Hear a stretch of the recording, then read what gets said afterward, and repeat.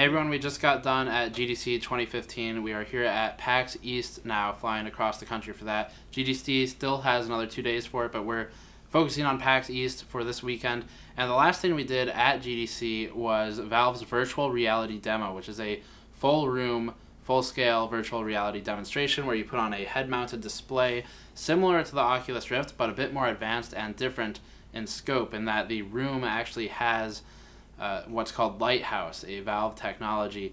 And Lighthouse is a pair of IR sensors that mount in the corners of the room, and these currently use lasers to scan the room actively. You can think of this as a much more simplistic form of what automated cars use when they're scanning the road. They scan the room actively, determine the player's location, determine the player's proximity to the walls so that the system can tell the player when they're approaching that wall, because you have no perception of the outside environment when you're in the virtual reality headset. Valve's VR demo has been in development for a while now, and it's a bit different than Oculus in that they are using two Wiimote-like controllers that you hold in each hand, and they've got the head mount display itself, which is developed by HTC, called the Vive, and the Vive has several IR receivers on the front of the head-mounted display, or the HMD. So this allows it to receive signal from the Lighthouse set up in the corners of the room. When you put the head-mounted display on, it's just like Oculus in that you've got a somewhat wide field of view wrapping around to create presence in the game. So this provides the player more than the usual 90 degrees field of view presented by a monitor, which is a 2D plane. And that means that the visor sort of wraps around your eyes like that.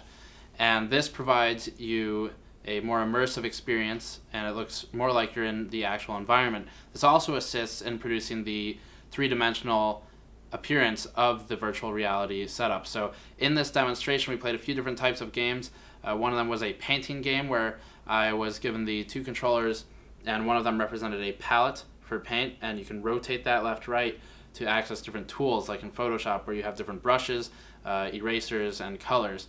The right one was the actual paint gun, and you sort of point that around the environment and are able to draw different objects and materials in three-dimensional space.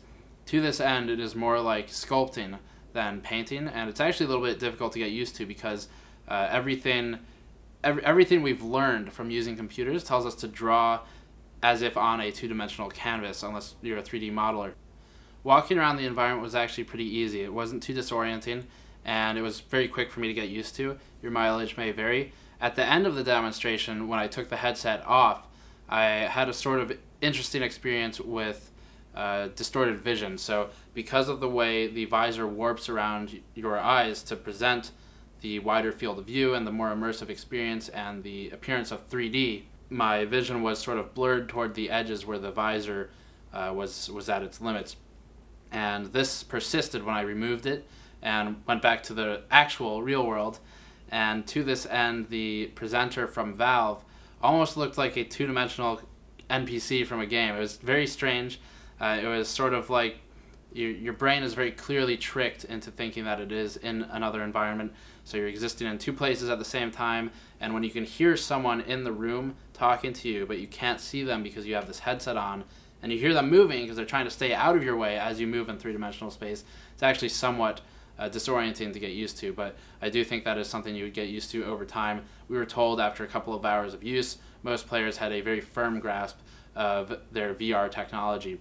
So that is Valve's VR in a very brief form.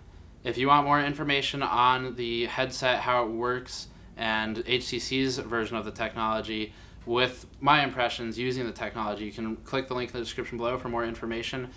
Do follow the channel for PAX updates as we are here all weekend, and we will see you all next time.